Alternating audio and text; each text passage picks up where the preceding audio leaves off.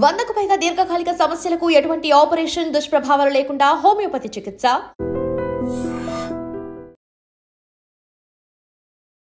Welcome to ITM news. This is Pavan. So present పంజాగుట్టలోని ఉమానగర్లో చాలా దారుణమైన ఘటన చోటు చేసుకుంది. కన్న తల్లి తన 27 సంవత్సరాల కొడుకును హర్షవర్ధన్ని, తల్లి పేరు గంగులవ్వ, అతి కిరాతకంగా మరో ఇద్దరితో కలిసి చంపడం జరిగింది. సో చంపిన తర్వాత తాజాగా సరదాగా పనికి వెళ్ళిపోయింది. అంటే ఏం తెలియదు నాకు అన్నట్లు వెళ్ళిపోయింది మార్నింగే. సో తర్వాత ఎంత డోర్ కొట్టినా ఆ కొడుకు లేవకపోవడంతో వాళ్ళు ఎంక్వైరీ చేయడానికి వచ్చి చుట్టుపక్కల అందరు వాళ్ళు వచ్చి డోర్ కొడితే లేవకపోలేదు. ఆమెకి ఫోన్ చేశారు, ఏంటి లేవట్లేదు అని అంటే, ఏమో తాగి పడుకున్నాడేమోలే అని ఆమె ఆన్సర్ కూడా చెప్పడం జరిగింది.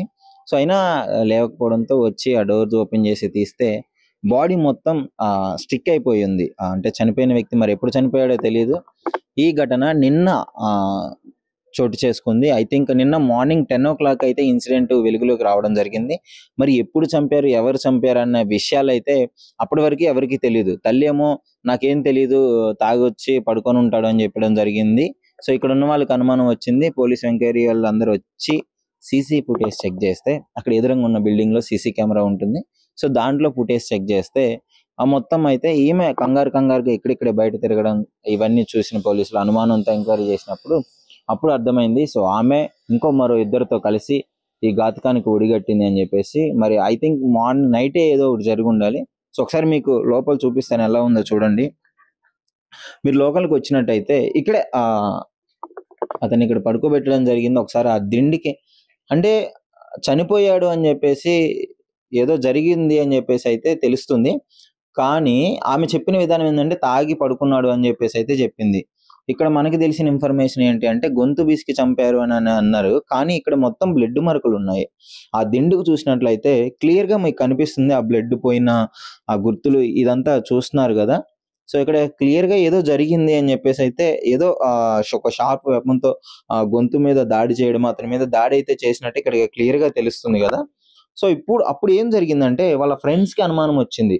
సో ఫ్రెండ్స్ కి అనుమానం వచ్చి వెంటనే వాళ్ళే కంప్లైంట్ ఇవ్వడం జరిగింది. మాకేదో అనుమానంగా ఉంది, మా ఫ్రెండ్ కి ఈ బ్లడ్ ఇదంతా చూస్తుంటే ఏదో జరిగే ఉంటుంది, కంప్లైంట్ ఇవ్వాలి అని చెప్పేసి కంప్లైంట్ ఇచ్చిన తర్వాత అప్పుడైతే ఈ దారుణమైన ఘటన ఆ వెలుగులోకి అయితే రావడం జరిగింది. తల్లి గంగులవ్వే మరో ఇద్దరితో కలిసి ఆ కొడుకుని అతి కిరాతకంగా చంపించింది. డైలీ తాగొచ్చి ఇబ్బంది పెడుతున్నాడు అని చెప్పేసి అయితే ప్రస్తుతానికైతే ఈ విషయం అయితే తెలిసింది. మరి ఇంకా ఈ కేసులో ముందు పురోగతి సాధించే అవకాశం ఉంది. మరి ఏం జరిగింది, అసలు ప్రాపర్ రీజన్ ఏంటి అనేది తెలియాలి. సో ఈ ఉమానగర్ కుందన్బాగ్ ఉంటుంది. మీ కుందన్బాగ్ హైదరాబాద్ లో కుందన్బాగ్ అందరికీ తెలిసే ఉంటుంది. ఈ కుందన్బాగ్ లో ఉంది. పంజాగుట్ట కిందకి వస్తుంది. ఇది పంజాగుట్ట పోలీస్ స్టేషన్ లిమిట్స్ కిందకి వస్తుంది. సో పోలీస్ వాళ్ళు సీసీటీవీ ఫుటేజ్ మొత్తం తీసుకెళ్లిపోవడం జరిగింది. సో ప్రజెంట్ అయితే ఇక్కడ ఎవ్వరు లేరు. చుట్టుపక్కల వాళ్ళని అడుగుదామన్నా మరి ఆయన ఎలా ఉంటాడు ఏంటి అని నేను ఒక 2-3 అడిగాను.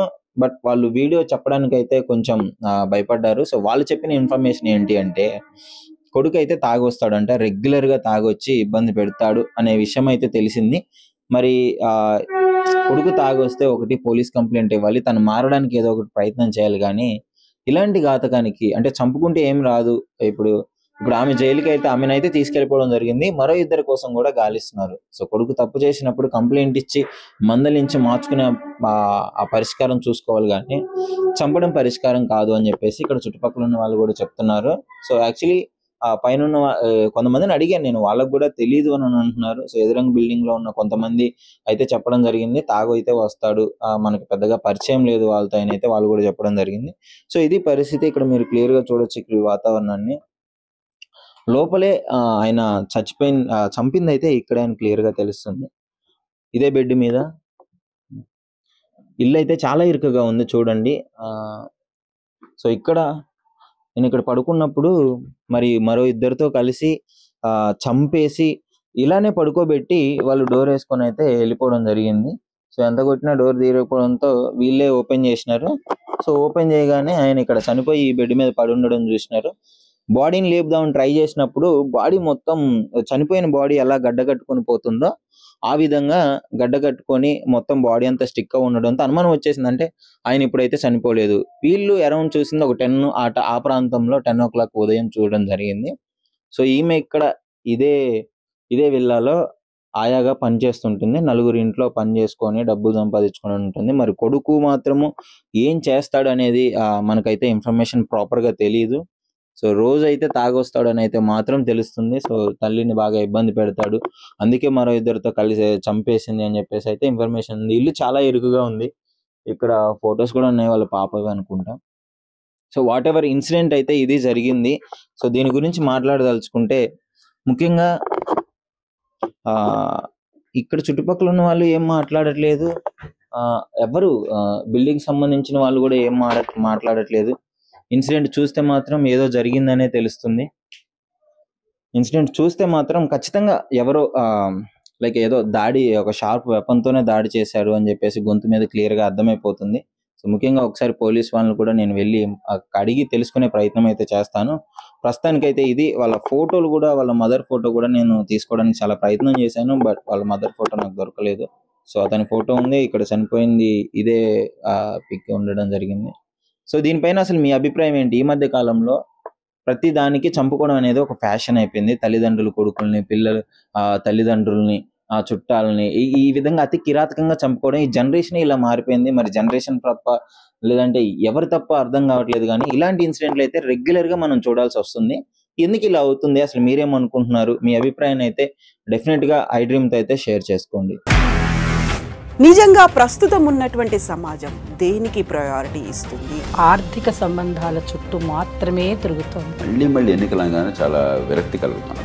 మంచి అనిపిస్తుంది కదా, లేడీస్ కూడా ఛాలెంజింగ్ జాబ్స్ చేసినప్పుడు చాలా బాగుంటది. ట్రాఫిక్ అసిస్టెంట్స్ గా నియమించిన ట్రాన్స్జెండర్స్ అందరితో సాల్యూట్ చేయించుకుంటున్నారు. ఫుడ్ డెలివరీ ఇవ్వటానికి వెళ్ళినటువంటి డెలివరీ బాయ్ అనిల్ పై కళ్ళ ముందు